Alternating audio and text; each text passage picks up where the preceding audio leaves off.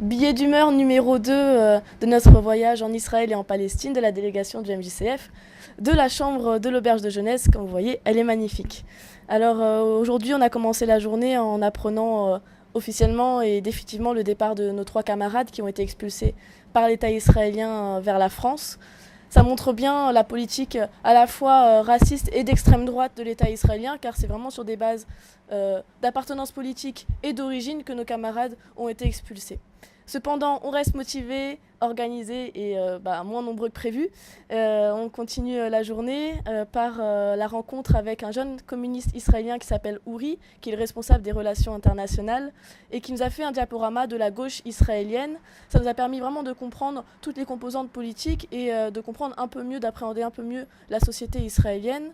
Ils nous ont expliqué leurs perspectives, les batailles de leur JC et aussi les obstacles auxquels ils peuvent être confrontés, mais aussi les succès, comme les petits succès comme il y en a eu en 2011 lors des mouvements sociaux qui ont un peu ébranlé la société israélienne. Ensuite, on s'est reposé autour d'un repas yéménite avec les camarades israéliens.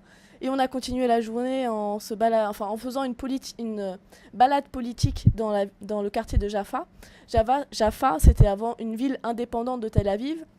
Maintenant, elle fait partie intégrante de la capitale. En fait, en 1948, lors de l'exil forcé des Palestiniens qu'on appelle la Nakba, il y a 97% des Palestiniens qui ont été expulsés de la ville. Et donc, on a pu voir lors de cette visite comment en fait des parcs ont été construits sur les maisons qui ont été détruites, comment il y a des inégalités maintenant, des discriminations dans cette ville. Ensuite, on a fini la journée par une dernière rencontre avec les anarchistes contre le mur. C'est une organisation qui participe beaucoup aux manifestations populaires qu'il y a devant les murs tous les vendredis matins dans les villes palestiniennes.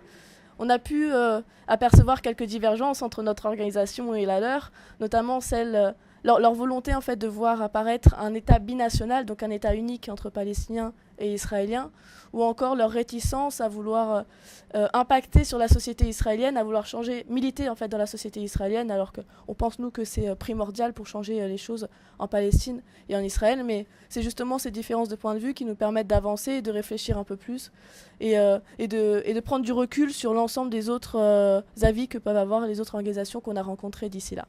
Et enfin, on a fini autour d'un bon repas et de plusieurs verres avec l'ensemble de la délégation et les communistes israéliens. Ça a permis de resserrer les liens qui étaient déjà bien forts entre nous et puis d'apprendre des choses très intéressantes sur la vie de certains.